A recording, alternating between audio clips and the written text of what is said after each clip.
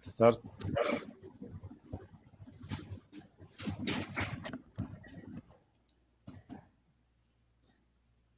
Nisha, start. Yes, ma'am. A very warm welcome to all dignitaries, guests, and delegates, and a very good morning, good afternoon, and good evening, depending on your location. I, Nisha Shoran, full-time research scholar from Department of Mathematics, Gujarat University, working under the guidance of Professor Neeta Shah. I, Kavita Rabari, full-time research scholar from Department of Mathematics, Gujarat University, working under the guidance of Professor Neeta Shah. We feel privileged to welcome you all on behalf of Department of Mathematics, Gujarat University, to this international conference on nature-inspired dynamical system 2020. It is wonderful to see you all of her changing views and interactions on topics related to dynamical system. Dynamical system theory is an area of mathematics used to describe the behavior of complex dynamical systems, usually by employing differential equations or difference equations. The International Conference on Nature-Inspired Dynamical System 2020 aims to bring together leading academic researchers to exchange and share their views, experience, and research on various aspects of mathematical modeling. It will also provide a platform for the researchers, practitioners, and educators to learn the most recent innovations, trends, and concerns, as well as practical challenges encountered and solutions adapted in the field of dynamical system. Conveying the greetings of the day, we are hoping that all of you are safe at your respective places as we all are passing through the difficult time of pandemic. However, we are fortunate at the same time for being a part of such an intellectual event that keeps our mind active and improves our productivity. Speakers are requested to deliver talk for 35 minutes, which will be followed by solving queries for 5 minutes. Let us start today's session. Our first speaker is Professor Mustafa El Shahid. Professor Mustafa El Shahid is a professor of mathematics at Misr University for Sciences and Technology, Egypt, and Qasim University, Saudi Arabia. His research interests focus on differential equations, biomathematics, mathematical modeling, fractional calculus. Today his talk is on mathematical models for pest control using natural enemies. I would like to invite Professor Mustafa El Shaid to share his work with us. I request him to begin with his presentation.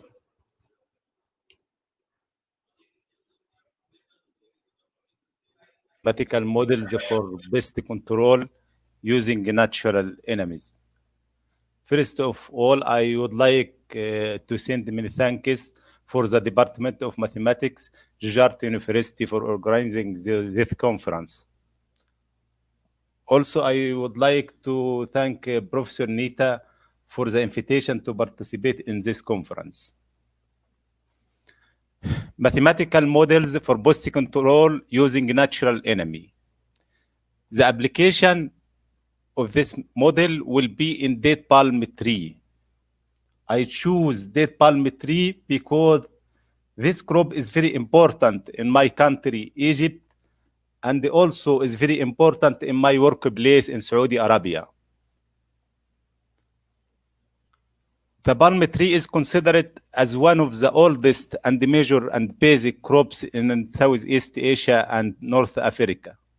It is also cultivated in many other places of the world.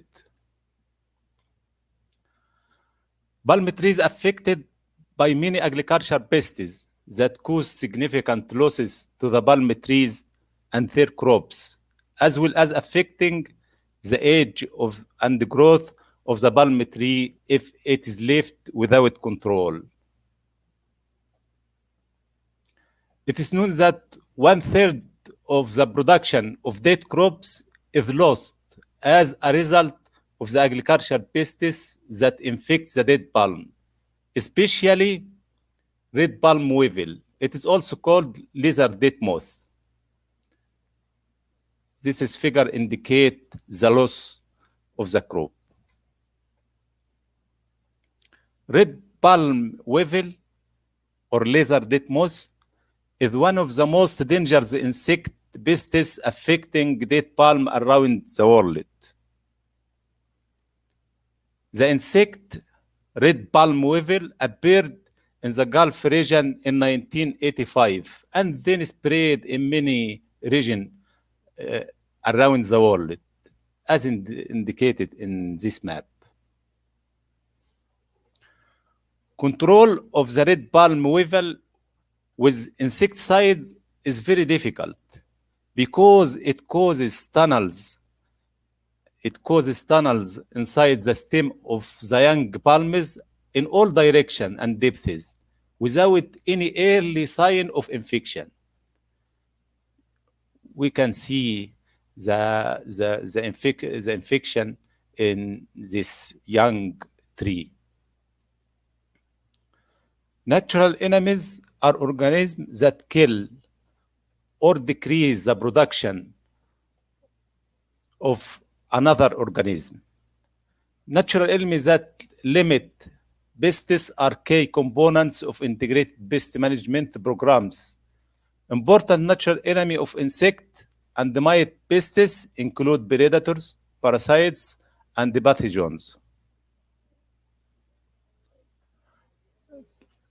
Larvae predator are among the most important natural enemies that are used in many areas to combat some agricultural pests. Understanding the role of natural enemies in controlling red palm weevil is crucial to the difficulty in using other methods to control it. The red palm weevil is attacked by its natural enemy like Goni isosuriski. The mathematical model of this problem consists of system of five differential equations.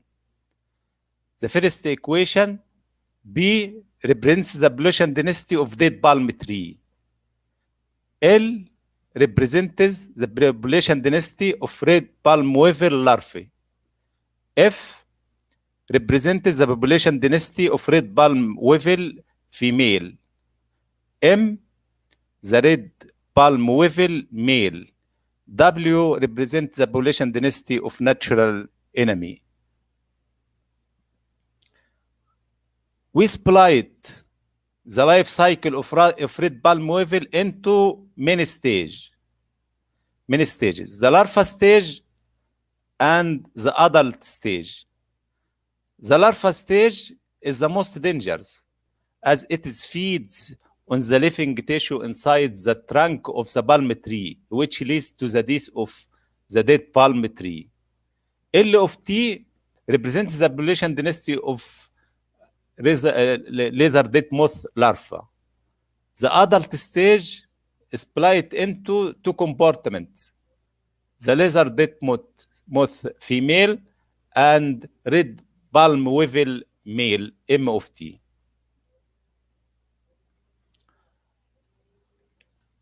In the first equation, R represent the growth rate of red palm tree. K is the carrying capacity.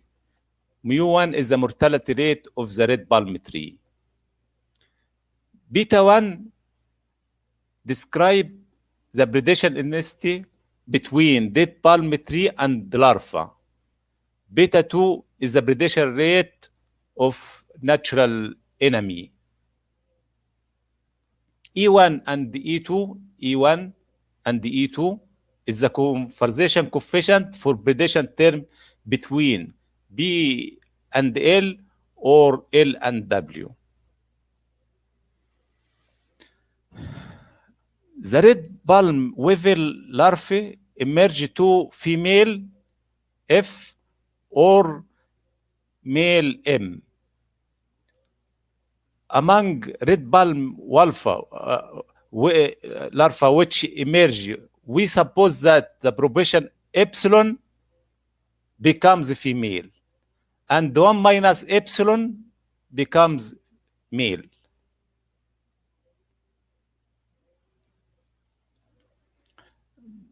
Mu2 is the mortality rate of larva. Mu3 is the mortality rate of red palm weevil female. Mu4 is the mortality rate of leather dead mouse male. Mu5 is the mortality rate of natural enemy. This is important parameter gamma indicates the capture rate for male by 6 pheromone trap. Pheromone trap is important because it is control the level of dead palm weevil. In order to maintain a low level of red palm weevil, we consider controlling using female pheromone trap to disturb male mating behavior. Firstly, mating between red palm weevil males and red palm weevil females is disturbed to reduce the chance of fertilization, which in turn reduces the number of offspring. This is done using traps that are realizing a female pheromone traps to which male are attacked. This leads to decrease in number of males available for mating near female and reduce the chance of fertilization. Secondary, the red palm weevil male attracted with traps are killed because traps contain pesticides that kill what is caught. This process called the mating disruption. We assume that the effect of forming trap corresponding to the attraction of additional eta females. In such a context, the total number of red palm weevil females attracting by red palm weevil males is F plus eta. In particular, this means that the males have a probability of eta over F plus eta to be attracted by pheromone trap. This is the meaning of mating disruption. And appear in the fourth equation, F plus eta. The number of female increase with eta, which is by using pheromone traps. In this contribution, a mathematical model for dead palm tree is proposed and analyzed as follows. The interaction between dead palm tree based in our case red palm weevil and the natural enemy are investigated. The impact of 6 pheromone trap or mating disruption on red palm weevil is observed. The impact of natural enemy on the stability of dead palm model is observed. Also, the sufficient condition for the bifurcation for the dead palm model are obtained. Firstly, the non-negativity of boundedness of the model in proposition 1 and in this theorem, the population density B, dead palm tree, always bounded from above by B1, which equals this quantity, and all the solution of red palm weevil model are uniformly bounded. In the studying the stability of this model, we know this basic offspring number. We obtain R0, this basic offspring number, using the next generation method. It is this number like the basic reproduction number in epidemic model. We obtain this model with the same method to obtain the basic reproduction number in all epidemic models. The basic offspring number R0 play an important role in studying stability of the model. It is also discussed the predation. In this model, 4 equilibrium point. The first equilibrium point is the extension point always exists. The free red palm level equilibrium point E1 exists only when the growth rate greater than the death rate of palm tree. The free natural enemy equilibrium point E2 exists when the basic offspring number greater than 1. The positive equilibrium point A3 exists when all components of population are positive. The stability of extension equilibrium point E naught investigating using the following theorem. When the growth rate less than the death rate of dead palm tree, E naught is locally asymptotic stable. Also, the global stability with the same condition. The global stability is proven using this positive definite Lyapunov function. The stability of free red palm level equilibrium point E1 investigated using the following theorem. R naught play an important role in this theorem. When R naught less than 1, the red palm level equilibrium point E1 is locally asymptotic stable. We obtain a weak condition for globally asymptotic stable using the following positive definite Lyapunov function. The stability of the free natural enemy equilibrium point E2 is investigated using the Jacobian matrix. By observing the sign of the eigenvalues of the Jacobian matrix, we can explain the stability of this equilibrium point. Also, the stability of positive equilibrium point E3 using the Jacobian matrix, variation matrix about this point. The stability of this equilibrium point appear from the sign of equation 3 when C1, C3, and C1 times C2 greater than C3, the positive equilibrium point is locally asymptotic stable. Using Sotomayor theorem for transcritical bifurcation, we study the date palm tree model. The system 1 have transcritical bifurcation point if we have a simple eigenvalue lambda equals 0.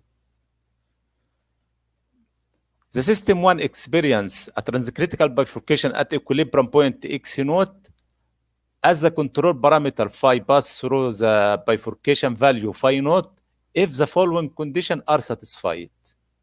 Here V1 is eigenvector corresponding to the simple eigenvalue lambda equals 0, and the V2 the eigenvector corresponds to the transpose of the Jacobian matrix. In the red palm level model, the following conditions are verified.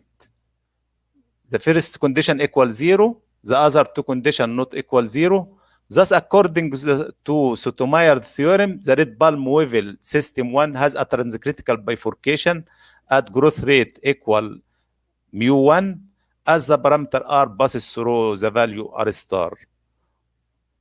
Because the first condition equals 0, we conclude that the system has no saddle node bifurcation near E naught at r star equal mu1.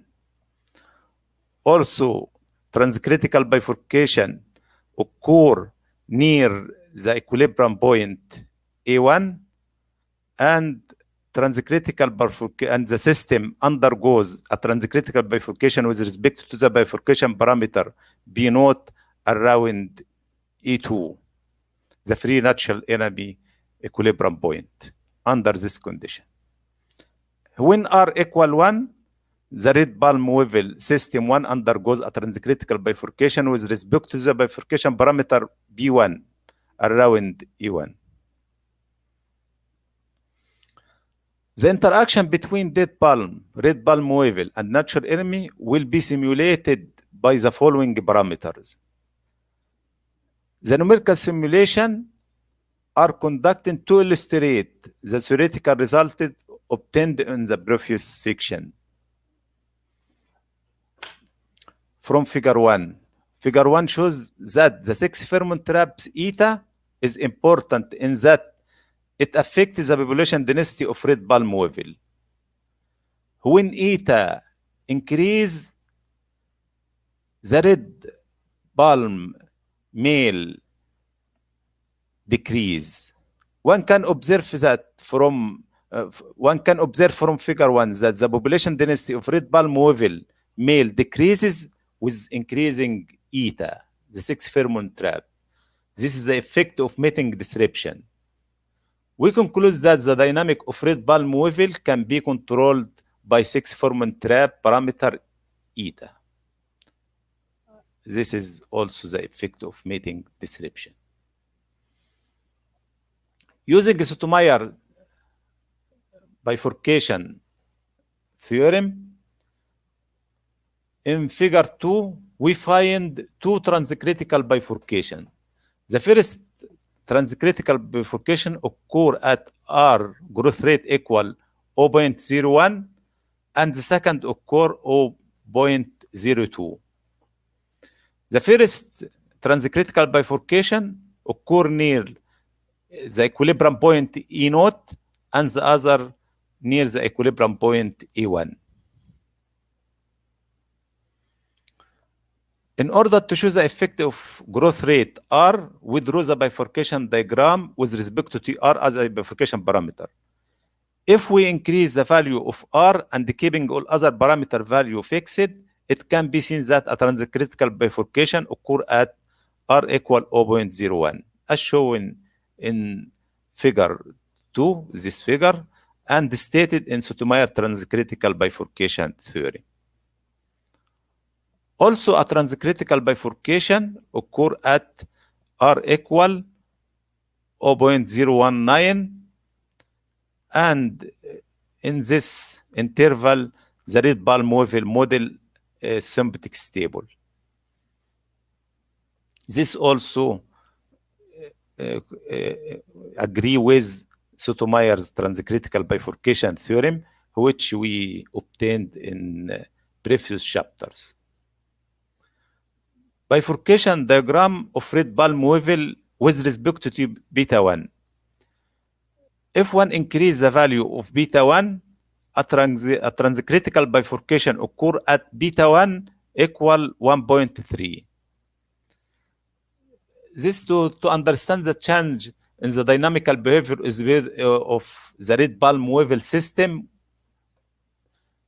due to the variation of the predation intensity between dead palm and the larva, we increase the value of beta 1 and keeping all other parameter value fixed.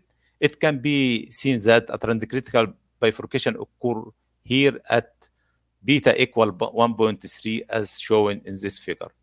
Also, this result agree with Sotomayor's transcritical bifurcation theorem. Near the equilibrium point A2, a transcritical bifurcation occur here at beta 2 equal 0.13. In order to show the effect of predation intensity between larvae and the natural enemy beta 2, we draw a bifurcation parameter with respect to beta 2 as a bifurcation parameter. When we increase the value of predation B2 and keeping all other parameter value fixed, it can be a transcritical bifurcation occur here. The bifurcation diagram with respect to growth rate R as a bifurcation parameter indicated in this figure. According to Liu Hop bifurcation theorem, it can be seen that supercritical bifurcation occur here at R equal 6.1 because C1, this is the condition for Liu criteria for Hop bifurcation. Also, the transferability condition for Hop bifurcation is also satisfied. From This figure we also obtain when R equal 5, less than the bifurcation parameter 6.1, the system is locally asymptotic stable.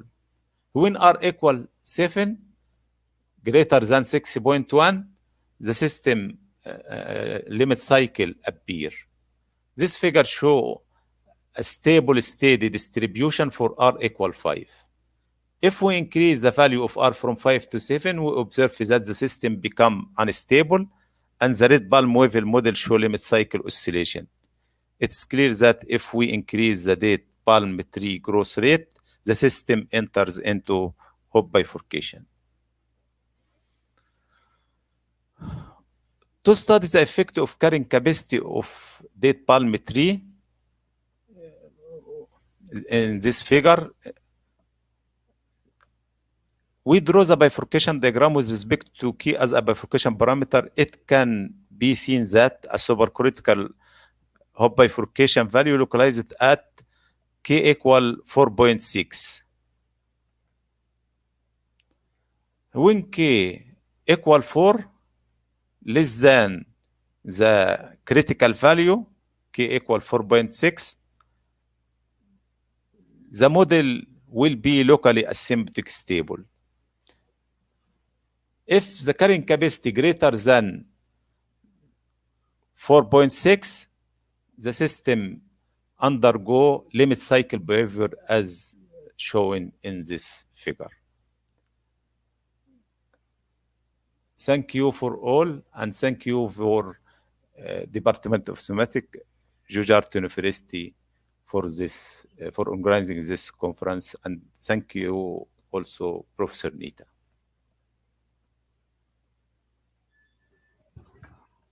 Thank you very much, sir, for sharing your knowledge about how a mathematical model is useful to analyze pest control using natural enemies.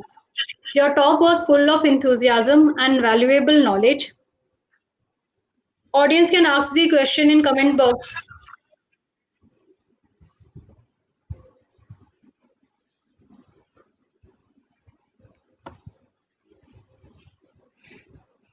Any questions from the audience?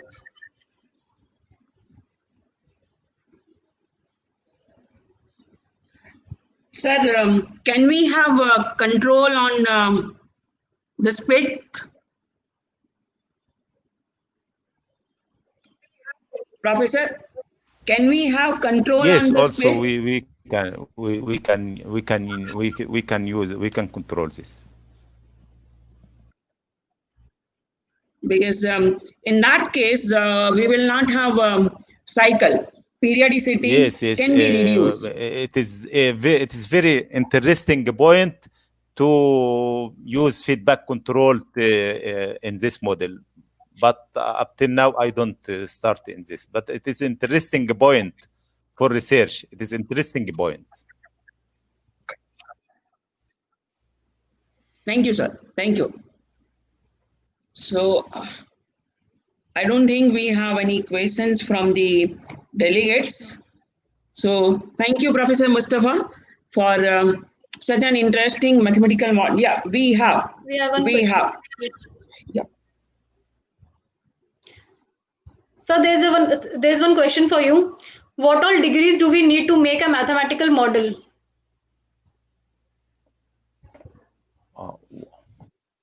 Yes. Hello. Yes, sir. To make a mathematical model, we first need to read a lot of old mathematical model in this point, and try to improve the old mathematical model and make this model compatible with the point you search in it, you study it.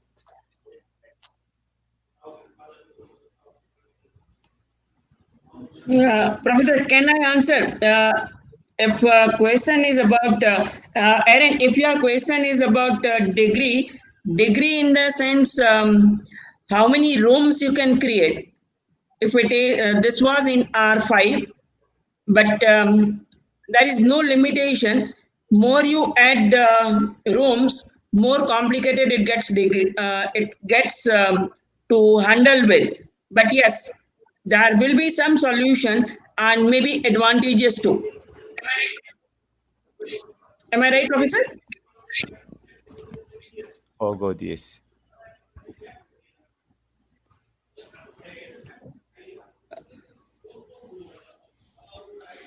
We have one more question. Which all places hire people making models?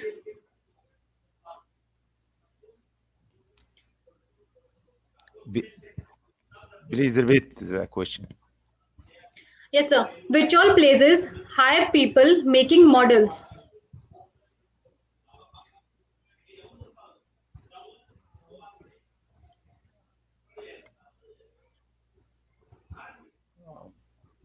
No, I'm sorry. I don't. Professor, Erin is asking about where she can get employment if she is working in model, one thing, or you can interpret as what are the places where such models can be hired, that is, can be used. There is a different model to make the problem you will need to study. Maybe we use differential equation model, difference equation model, stochastic model. This is different about what is you need to study.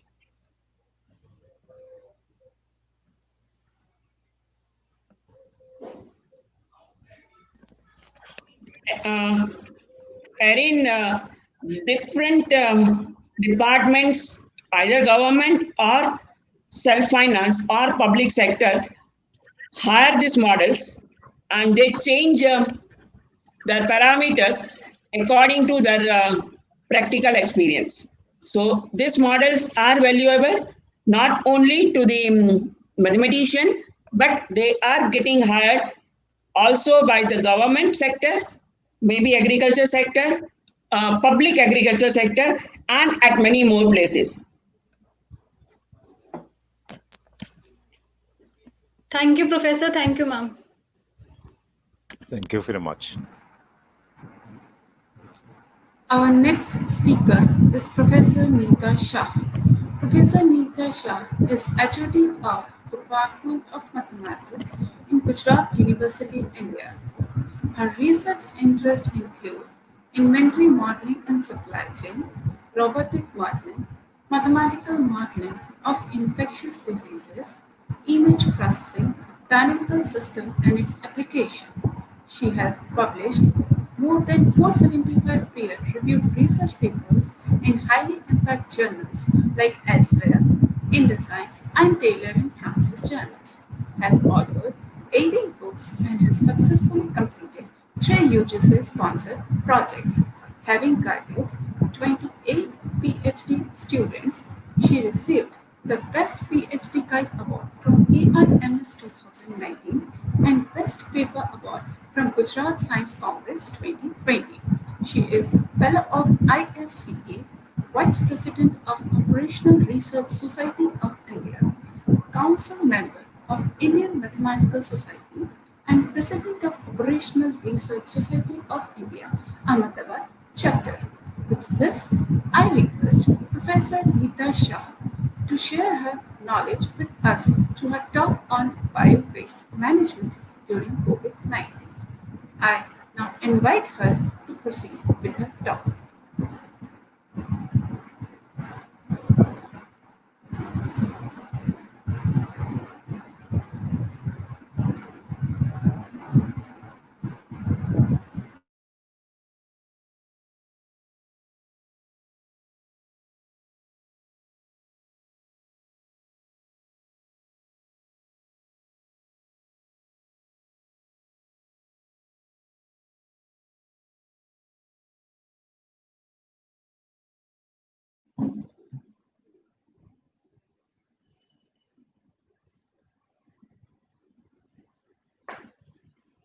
So now we will have one more nature inspired topic.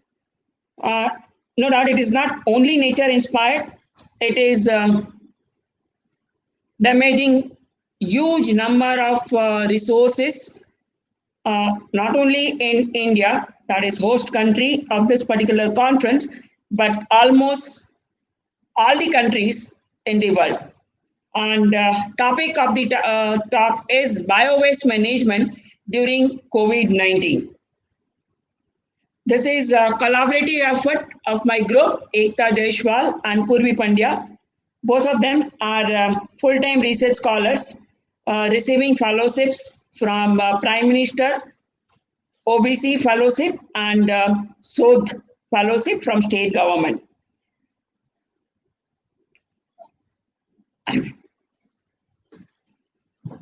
Ever since the transmission of novel coronavirus through human to human hit the world, number of issues are faced by all 197 hit countries.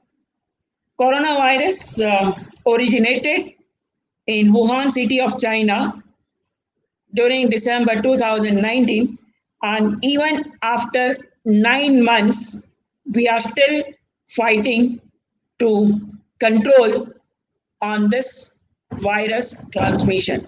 In fact, it is getting worse and worse. And recent last fortnight news says that it is also getting reinfected. In February 2020, this COVID-19 was declared as pandemic globally by the World Health Organization, and they stated that this outbreak is highly infectious.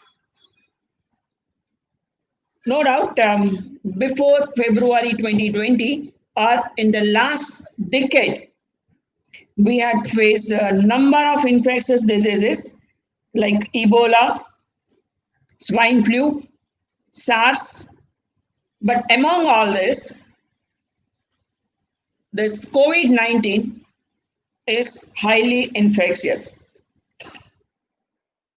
As this disease is spreading every day, hospitalization of individuals increase by a huge intensity.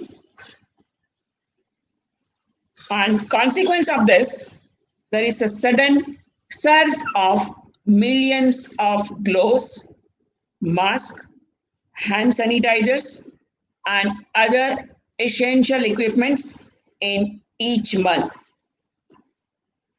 Since December, but intensity increased in February 2020, all medical health warriors, not only medical, even paramedical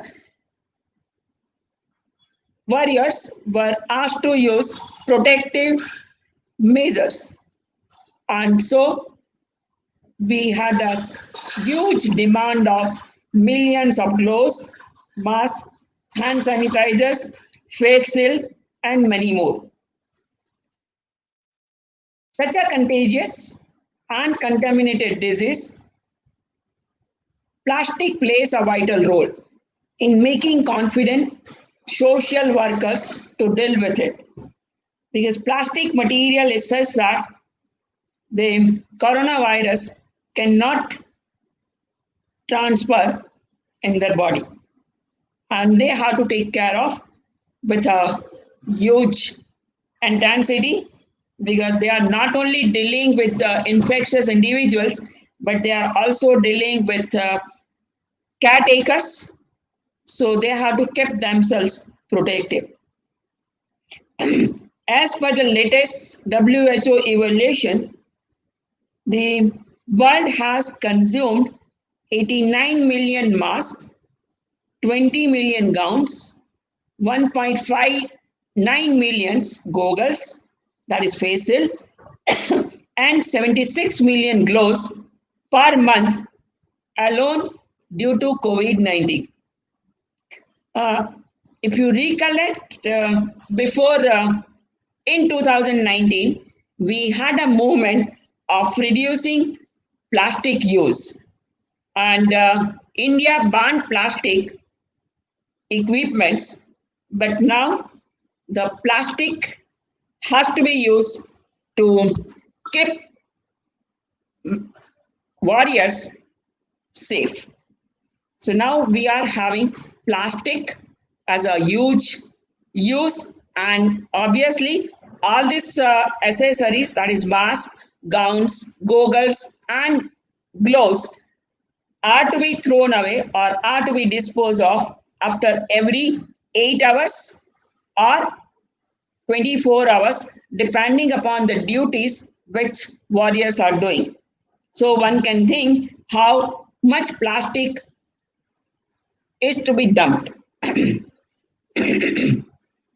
As these items cannot be reused according to ICMR guidelines, it can only be dumped or recycled, becomes waste. So even if it is recycled, it produces waste.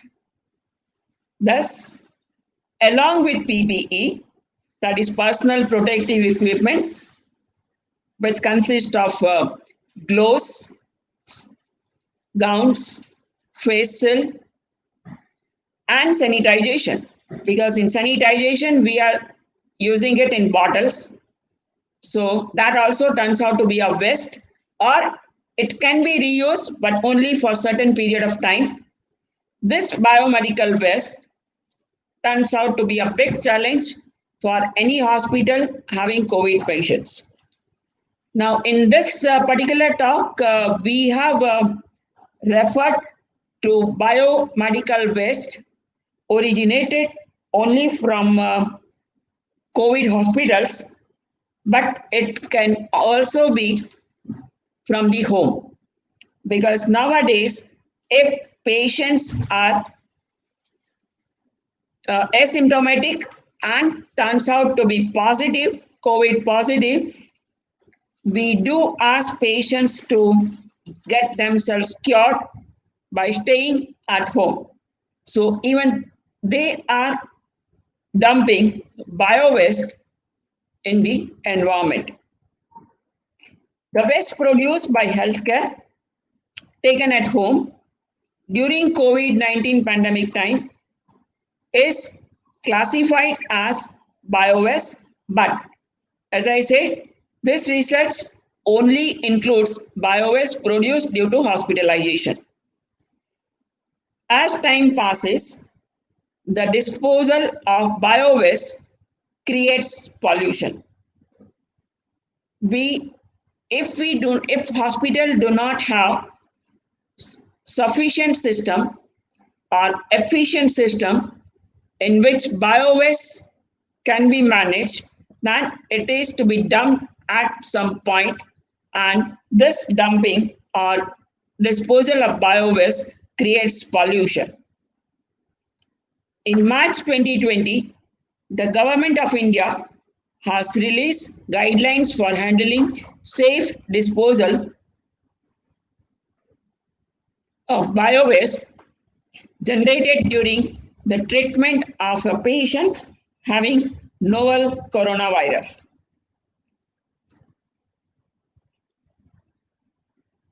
Biomedical waste can be categorized into these three components. 75 to 85% biomedical waste is non-infectious and can be recycled and can be reused, but 10 to 15% biomedical waste is infectious. So, and 5 to 10% biomedical waste is hazardous. Now, the last two categories, that is infectious and hazardous biomedical waste, are to be controlled so that our environment does not get damaged. There are research, even my team has done a research that during lockdown, due to COVID-19, environment was much better, that is pollution got decreased. But at the same time, this infectious and hazardous biomedical waste created some environmental pollution. In a very short time, the COVID-19 outbreak became pandemic in some highly populated regions. This highly populated regions means maybe you can consider India, but it is not necessary that it is only highly populated regions. We have concentrated on India, so I say that this talk will be for a highly populated region. In fact, Brazil and US were also very severely infected by this COVID-19. So when I'm talking about highly populated regions, and it was more complicated for doctors to handle the large scale of infected populations. India is having 132 million population. And at present, we have 46 lakhs individuals who got infected by COVID-19. No doubt, our recovery rate is also faster. But during recovery phase, infected individual must have gone to a hospital, or they might have taken medication at home, and they had dumped off bio-waste in terms of throwing away of masks, gowns, or any other accessories to be protected. And because I said that we are concentrating only on hospitals, it was more complicated for doctors to handle large scale of infected population, and hence rigorous monitoring may not be possible for this biomedical waste. If medication guidelines are followed strictly, obviously, then transmission of COVID-19 and pollution through biowaste can be controlled. So we have COVID-infected individuals as one room, hospitalized individuals as the second room, density of bio-waste as the third room, and density of population as the fourth room. We say either room or compartment. This is a compartmental model, and for infectious diseases, to analyze, compartmental models are considered to be the best one. When I said COVID individual infected or hospitalized individuals, that is density of COVID infected individuals or density of hospitalized individuals. Now let us see how they are connected. It is here. Obviously, COVID infected individual will have to go for hospitalization or medication. So they create bio-waste, and bio-waste create pollution. Also, there is a transmission from bio-waste to COVID infection. That is, if a warrior is handling bio-waste for almost 18 hours of his job, then he is likely to get infected by COVID-19.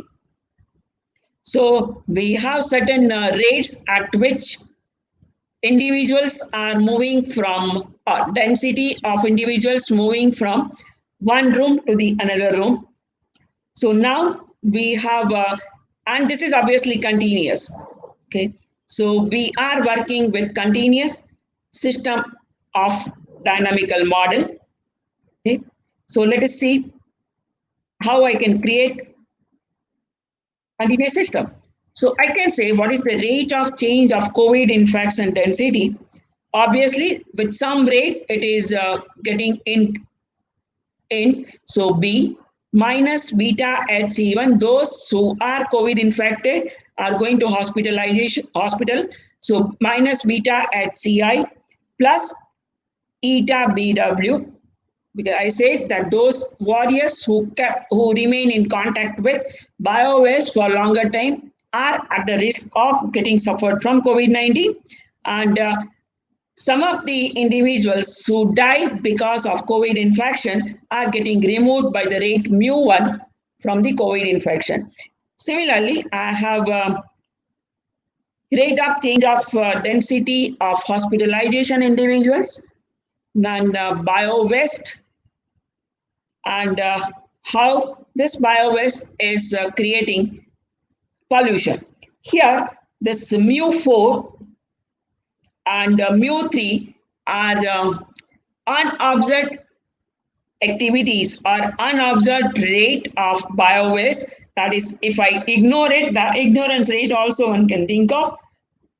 So we have mu3 and mu4 as unobserved rate of bio-waste disposal or pollution creation. So once I have dynamical system, you can say that we are in R4 manifold, and obviously non-linear, even non-homogeneous, because of presence of rate at which density of COVID infected individuals entering into the room, entering into the compartment. So we are in R4 manifold.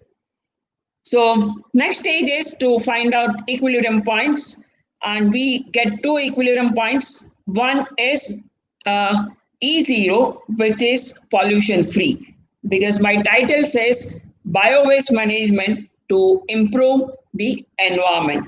So one equilibrium point we have as a pollution free, and second one, obviously there is very low chances of pollution free equilibrium.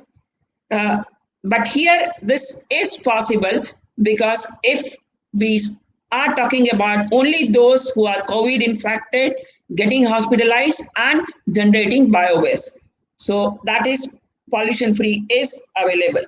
And the next point is endemic point, or we call it optimum interior point. That is because of present COVID-19 infection, there is some optimum density of hospitalization, bio-waste generation, and pollution creation. Once I know system in R4, obviously it is well defined, one can check it, and Professor Mustafa already said that you need to define well defined, and it is also bounded. Okay. So now I need to know when I can reduce my environmental pollution because of bio-waste. So for that, I need to find out the threshold, which is known as basic reproduction number, and it represents in general from epidemiology that the expected newly infected individuals from the infected individuals in the susceptible population. In our case, we will have how much environmental pollution will be created by the COVID infected individuals. And this reproduction number will help us to predict whether disease will spread in the society or die out. This number depends on several factors. It also includes time duration of the effect. So I said we are in the 9th month, or you can say 10th month if you continue with the December 2019. So 10 months is the huge time for such a pandemic. The effectiveness of the issue, we are working with a severe infection, and it is still getting transmitted, and the number of susceptible people with whom the affected or infected people come in contact. Now, what is the importance of this particular number? That is, if it is less than 1, that is reproduction number is less than 1, then disease will die out in some span of time. And if it is greater than 1, then more and more individuals in the population will get infected. We are in the second stage, but our study is only on the environmental pollution. So we will see that it can be controlled. The threshold of the dynamical system, as said by Professor Mustafa, can be calculated or can be computed using next generation matrix method. We have two matrices, F and V. F is, if you consider the original system, we have non-linear terms, and V consist of linear terms. Use next generation matrix method and find out maximum or largest eigenvalue of matrix FV inverse, and that turns out to be 23.64. So if we control on Biowaste due to COVID-19 infected individuals, then we can sustain or we can keep environmental, we can control environmental pollution by 23.64%. This is only by biowaste due to COVID-19 infection. So next part comes about the stability. The pollution-free equilibrium point E0 is locally asymptomatically stable if this condition is getting satisfied. Once again, just recollect, B was the newly recruited COVID-infected persons, and beta is the rate at which COVID-infected person moves to the hospital. So if that turns out to be smaller than the right-hand side quantity, my E0 is locally asymptotically stable, and locally asymptotically stable means for sufficiently large time, I will able to control on environmental pollution. The optimum point, that is endemic point, is locally asymptotically stable if this condition is getting satisfied. See here also, if you look at the left side of the inequality, it consists of the COVID density of the COVID infected individuals and at what rate it is moving towards the hospitalization. If you can control on this, then we will control on the optimum number of individuals in the each compartment. Now, also we observed that stability analysis on beta, that is at what rate infected people opt for hospitalization, is less, then there are more chances, that is our model will be stable. So this is, one can have an interpretation, and even medical report says, WHO report says that if you go for hospitalization for the COVID-19 infected individuals at a lower rate, that is if you have a slow symptoms of COVID-19 infected, you can stay home and get medication. In that case, system will get more stable and at a faster rate. The population free equilibrium point E0 is globally asymptotically stable if R0 is less than or equal to 1. And recollect, our R0 was 23.64. It is obviously less than 1 because it is 0.2364. So we assume that, and we expect that the environment will not get spoiled, or we can control biowaste and improve our environmental to a larger extent. The optimum point E star is also globally asymptotically stable if all the ratios with the density of the individuals in each compartment and optimum number is less than 1, and it was analyzed. Now I said we need to control on biowaste management to keep environment safe. So we applied control, and control helps to optimize objective function over a few periods. 3 controls are applied to the system. The first control U1 is on COVID-19 infected people to optimize hospitalization. So this control is to be reduced. Second control is on the hospitalized individual, treated on hospitalized individual which decreases biowaste. And the third one is applied to biowaste material, that is proper steps should be taken to dump to the treatment of biowaste, and that can optimize pollution. No doubt, immediately it was very difficult in the beginning, but now all the three steps are getting followed, and we'll see that they are playing a huge role in controlling the COVID-19 infection. So these are the three controls which we talked about. U1 was on hospitalization, U2 was proper management of biowaste, and U3, when you take proper management of biowaste, that is proper treatment is given to biowaste, it can also improve the pollution. So these are the three controls which we need to work out.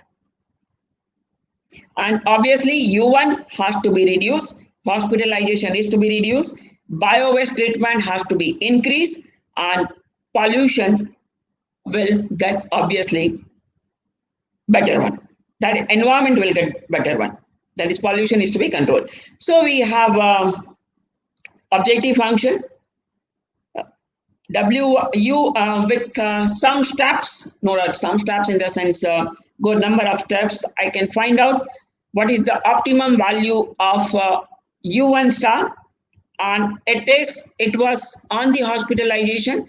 So we have maximized A1 and minimize B1 lambda 2 minus lambda 1 H upon 2 W1. These lambdas are Lagrange's multipliers. Then similarly on biowaste, that is treatment of biowaste, then U2 star depends upon the minimization of B2, lambda 3 minus lambda 2. Lambda 2 was with respect to hospitalization, and the third one is on pollution. Now here, the first control, that is U1, is to be applied on hospitalization, and hospitalization depends upon the COVID infection. So A1 and A2 are simply weights given to the particular room. Similarly, A3, A4 are also weights given to biowaste. That is how much percentage of biowaste treatment is to be given so that we can have pollution-free environment. And W1, W2, W3 are how much control one can think of. We cannot have control to be 100%. That is also an ideal case, which is obviously not attained in this particular pandemic. So W1, W2, W3 are the weights between 0, 1. Obviously 0 will not be taken into consideration. So we'll have open interval 0, 1 to be the range of W1, W2 and W3. Now with numerical data, numerical simulation, color coincides with what I'm saying. COVID-19 infected are getting hospitalized, that is green shade, and this interprets that after approximately 1 week, biowaste starts accumulating due to particular COVID infected individual during the pandemic, and this is very short time, 1 week. Okay, so next is about the pollution, that is blue shade. This collection of biowaste creates pollution after 3.5 weeks, because during this 3.5 weeks it gets decomposed and throws away contaminated biodegradable chemicals in the environment, and that pollutes our environment. So we need to take steps over this. That is, if steps are not taken to prevent these things by waste management, you can think of what position will be that of the environmental pollution. Now, here I have 2 directed graphs. The left side, that is green one, is saying that as hospitalization increases, medical staff have to use safety measures for protection. So it says the pollution will go on increasing, and hence tons of bio-waste, that is right side directed graph, has been produced and thrown away or dumped in the waste management side every month, and that increases pollution. Here we have a growth rate. That is, if growth rate increases, R0, which was saying that rate of change of pollution, that will also go on increasing. Okay, so we took 100% recruitment rate, that is, everybody gets infected by COVID-19, then you can see that what will be the scenario of environmental pollution. It will go on increasing. While on the second graph, we have a hospitalization rate that also says that if all the COVID infected individuals opt for hospitalization, then also R0, which was for environmental pollution, goes on increasing. It reaches up to 40%. Okay. So we have threshold values increases with an increase in both the parametric values, that is growth rate of COVID infected individuals, and at what rate hospitalization is opted by this infected individuals. These parameters are the most sensitive to the threshold values, and hence the model and need to be controlled. So we need to take care, which means that infected individuals are getting cured by only home isolation. Then hospitalization reduce biowaste, and which cause a decrease in population pollution. But the statement, according to model, is analyzed, but later on we observe that even the home isolation is responsible for creating biowaste and hence pollution, because home isolation biowaste is not going to be recycled or not going to be by the municipal or health warriors, and that will increase the pollution in residential areas. So next we have control. As I said, we are applying 3 controls. We observed that 21.7% hospitalized individuals, then U1 helps if individuals follow basic rules and regulations during pandemic situations.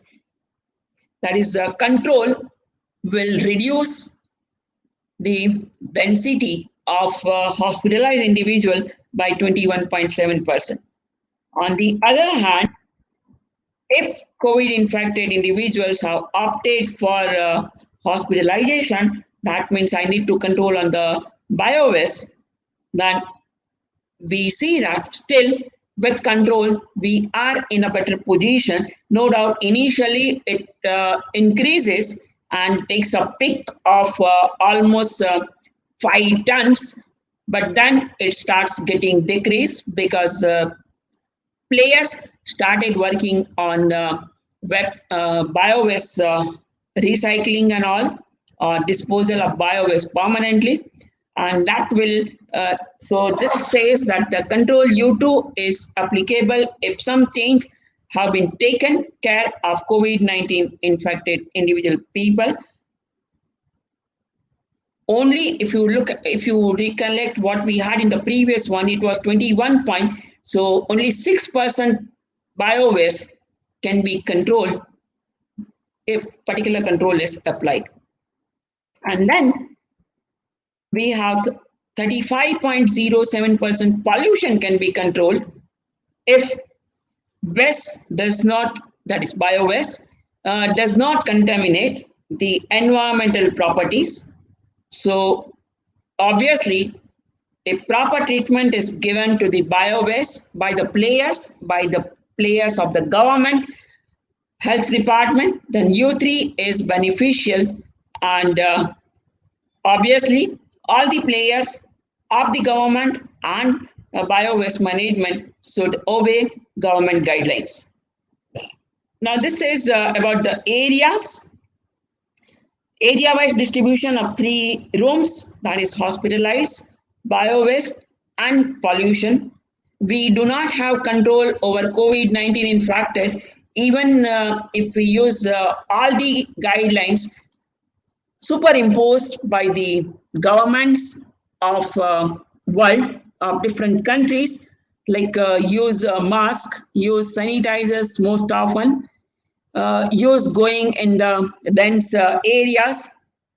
That is uncontrollable because nowadays we have observed that asymptomatic COVID-19 infected individuals are increasing in the society. So we found distribution of the 3 compartments, that is hospitalized individuals, biowaste, and pollution created by biowaste. And it shows actually the intensity, and one can see that um, exactly red, brown shade says that if biowaste is controlled, we can control pollution. And biowaste can be controlled if we can control on hospitalization of the infected individuals. And this analysis of intensity distribution shows that increasing hospitalized cases leads to an increase in biowaste, which accelerates the intensity of the pollution. But this increase is only for 20 times 1. After some point of time, it starts getting decrease. Okay, so pollution can be controlled, or pollution will be controlled once biowaste will be controlled, and biowaste can be controlled once this pandemic is getting saturated. Obviously, it is not going to die away very soon because we don't have medicine for it. We don't have a vaccine, and both of them are looks like quite far from near future. So it is we only who will have to take care of. And now this figure says whether you take COVID infected or hospitalization or biowaste management or environment pollution, each and every room is creating pollution, and black color shows like a black hole, you can think of. Black color shows that everything becomes chaos, and this scenario definitely is a part of causing pollution.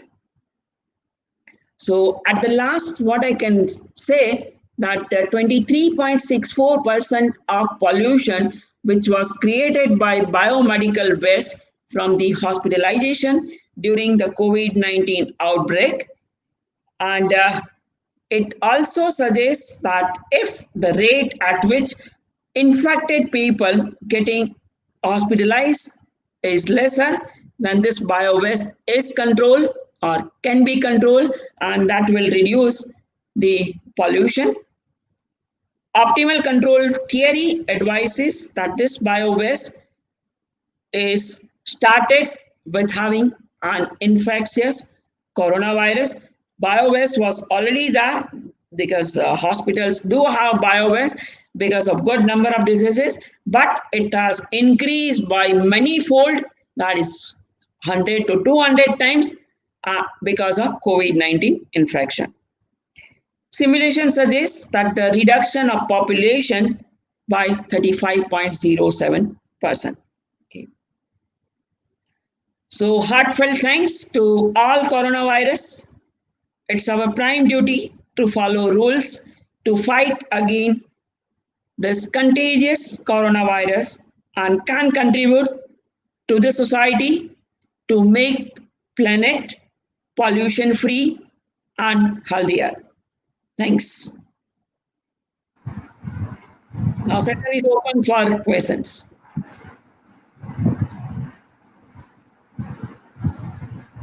Thank you very much, ma'am, for sharing your profound knowledge with us. Now let us take some questions from the audience. The first one is how to find stability of any mathematical model. There are a good number of methods which one can think of for the stability of mathematical systems. One can think of two criteria.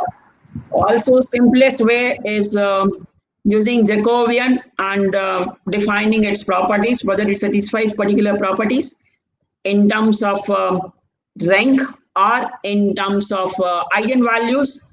So there are good number of approaches which one can think of, which one can apply to define stability of dynamical system.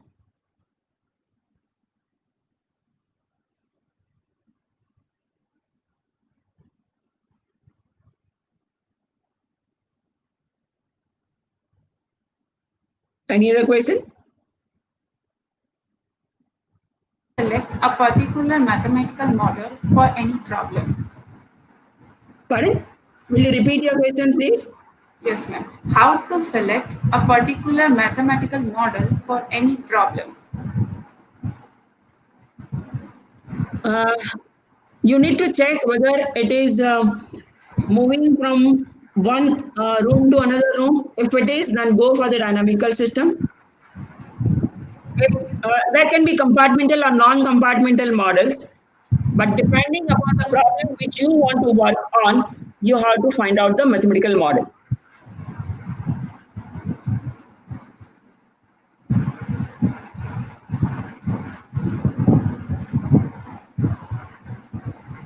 Any other?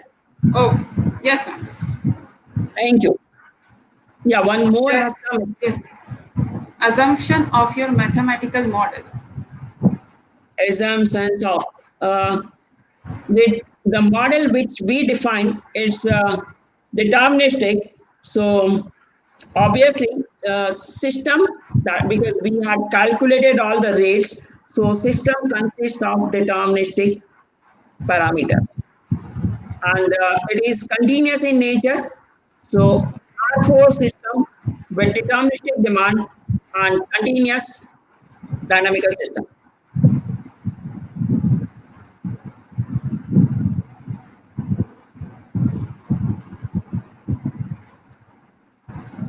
Any other questions, please?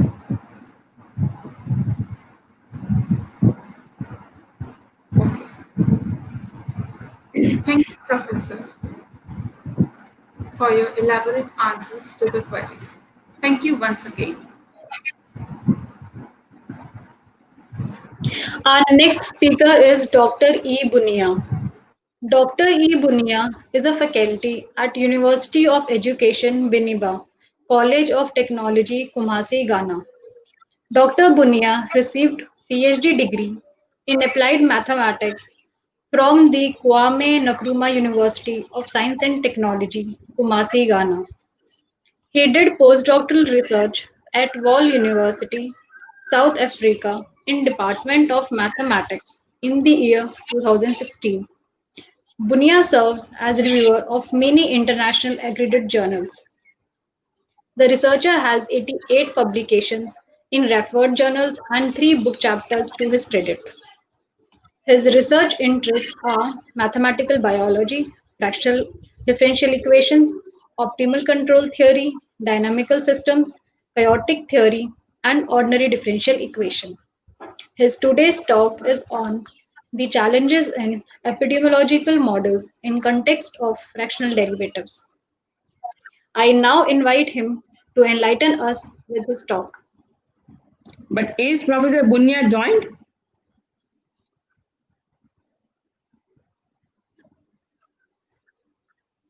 Ma'am, No, some process I'm is there. doubtful, Professor. I could not see Professor Bunya. Yes, ma'am. Just check with him on WhatsApp.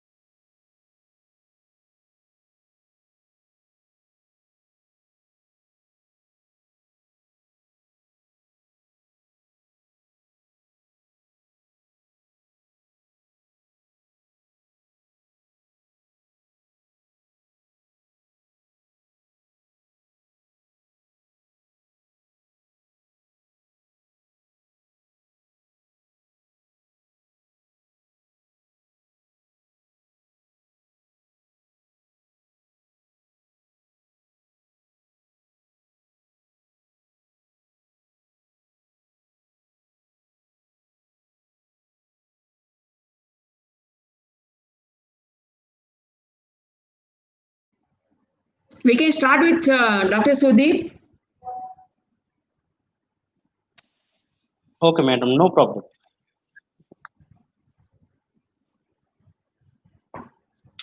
Our next speaker is Professor Sudeep Samantha is faculty and Department of Mathematics, Bunker University. He was postdoctoral at Warsaw University, Poland, and at ISI Kolkata, India. He has published 62 papers in highly impacted international journals. Today, he will be giving a talk on impact of LE effect in eco-epidemiological systems model-based study. We have a great opportunity to listen to this very interesting talk by Professor Samantha. I now invite him to proceed with the presentation. Thank you, Kavita, for introducing me. And before I start, I would like to thank the organizer of the conference and the Department of Mathematics, Gujarat University, and particularly Professor Neeta Shah for inviting me and giving me the opportunity to share my work with you. Okay, I am sharing the screen.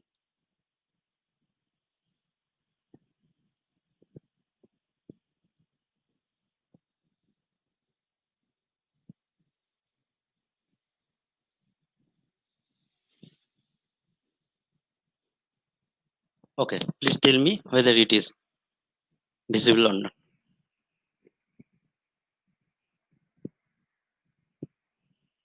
Is it okay? Yes, Sudeep. Okay, Yes. okay, thank you. Title of my talk is Impacts of LE Effects in Eco-Epidemiological Systems Model-Based Study. Here, from the title, we can see the two major biological factor, LE effect, another one is eco-epidemiological system. Before I start, I would like to briefly discuss the biological background of the system and then step by step formulate the model and perform basic mathematical analysis, and we'll do some numerical simulation to validate those theoretical results and also explore some more rich dynamics which cannot be captured directly in analytical result. Okay, let us start. Ecology. Ecology is a branch of biology concerning interaction among organisms and their environment. In ecology, the predator-prey dynamics is very well studied topic after the pioneering work of Lotka and Volterra. Here, interestingly, Lotka and Volterra did not work together. In 1925, Lotka, he was physicist, worked on chemical reaction on enzyme kinetics, and he proposed a coupled system of equation to uh, explore the dynamics of the enzyme kinetics. Later on, in 1926, independently, Volterra also worked on coupled system, and he proposed this system to capture the oscillation uh, of fish population, which was provided by his son-in-law Umberto di Ancona during the First World War, and he proposed the predator-prey model. Here, later on, it is very well known as Lotka-Volterra model. Here you can see the Lotka-Volterra model as given x dot is equal to ax minus bxy and y dot is equal to e into bxy minus dy. Here x indicates the prey population and y is the predator population. Here a is the intrinsic growth rate or exponential growth of prey population, and b is the consumption rate of predator on prey, and e is the conversion efficiency due to consumption of prey, and D is the natural death rate of predator population. Here, by consuming the prey, the predator gain their biomass or number. Now, epidemiology. Epidemiology, epidemiology is the branch of medicine which deals with incidence, distribution, and possible control of disease. The ecological models becomes very useful tools to analyze the spread and control of infectious disease after the seminal work of Carmack and McKendrick. They first proposed an SIR model for infectious disease in human population. They proposed the model. Here I write down the model that S dot is equal to minus beta Si and I dot is equal to beta Si minus lambda I and R dot is equal to lambda I. He considered three compartments of the population. The first one is susceptible, second one is infected, and third one is recovered. If disease invades in a totally susceptible population, then susceptible population becomes infected through contact with infected individual, and through treatment or self immunity, the infected individual can recover and it goes to recovered class. Here, the model did not consider other demographic parameters like birth, recruitment, or death rate, etc. This model is applicable for very short-term epidemic prediction. If we consider for very long-term epidemic prediction, then we should consider other demographic parameters also. Ecoepidemiology. Ecoepidemiology is a branch of study which merges these two fields, ecology and epidemiology. Here, we study predator-prey or population dynamics in the presence of disease. This disease can be present in prey population or predator population or both population. The first, Anderson and May proposed an ecological model with disease in prey population in 1979. This work was published in Nature. However, after 20 years, almost 20 years, Chattopadhyay and Arino first coined this term ecoepidemiology in 1999. In the present topic, I will focus on the ecoepidemiological system where mainly prey population is subjected to disease infection. If the prey population is subjected to disease infection, then in the presence of disease, the total prey population is divided into two groups, susceptible prey and infected prey.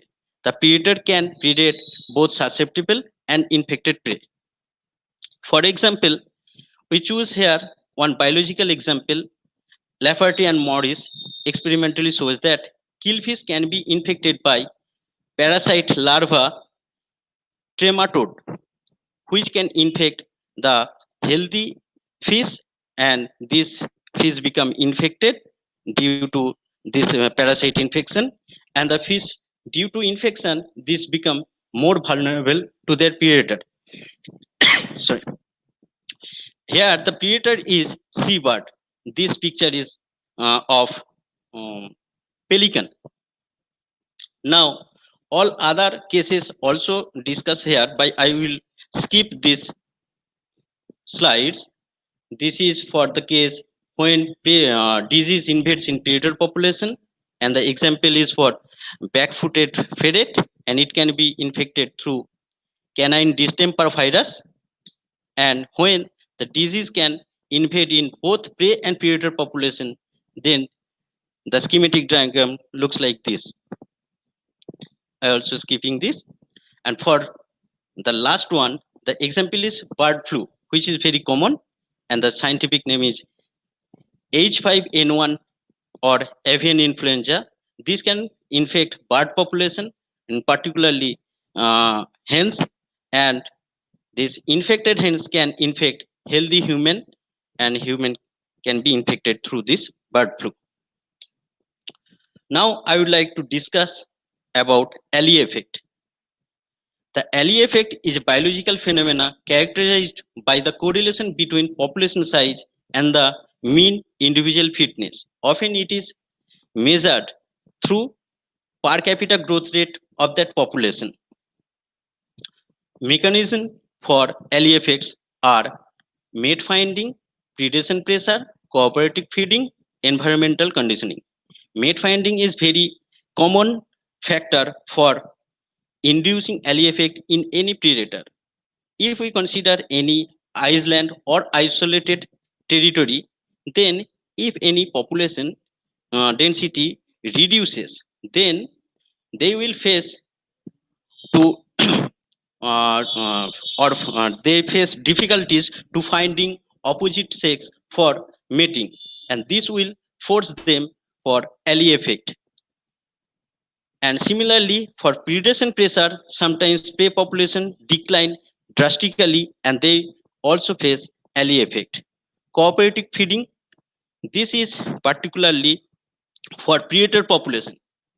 In cooperating feeding, predator population are more successful for capturing their prey. However, due to cooperative or group hunting, the overall when effectual food source they will get is very less because there are large group of predators that may induce ally effect in the predator population also.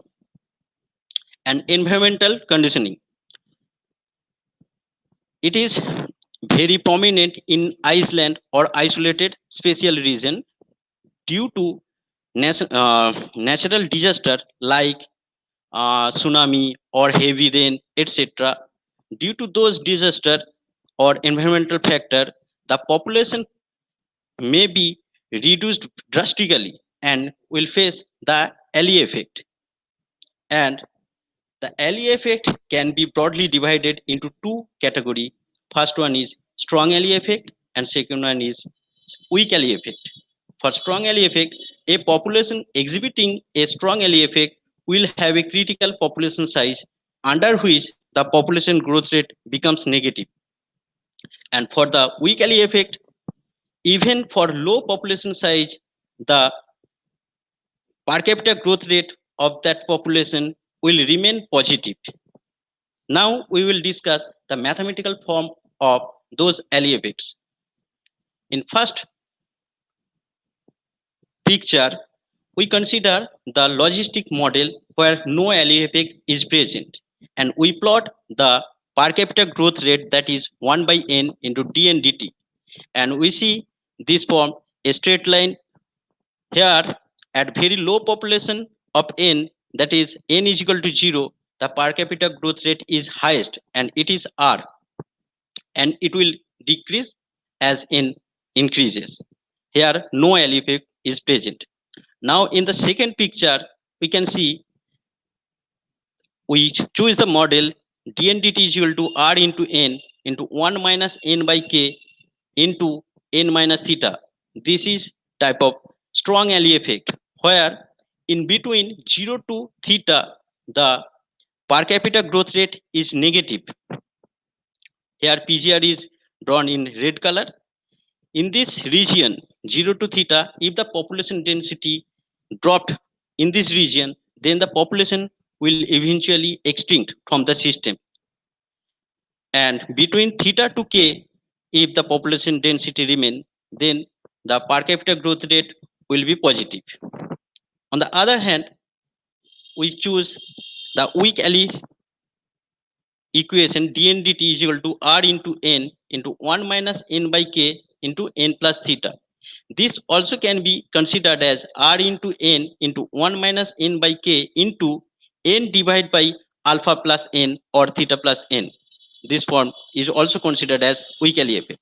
For this, if we draw the per capita growth rate in the positive quadrant, we see that at n is equal to very low value, that is n is equal to 0, the PGR remain positive. Okay, that's why it is we call weak ally effect. Now I will provide some real life example of ally effects. Ally effects can be observed in various plants, insects, birds, mammals, and marine invertebrates. Recently, Saha et al. In 2013 it was published in Ecological Modeling, observed the presence of strong alley effect in Atlantic herring population. Here is the picture of Atlantic herring population, which is very close to Hilsa. Okay, now existence of alley effect and disease is also observed jointly in African wild dogs, Iceland fox, and Atlantic herring population. Now,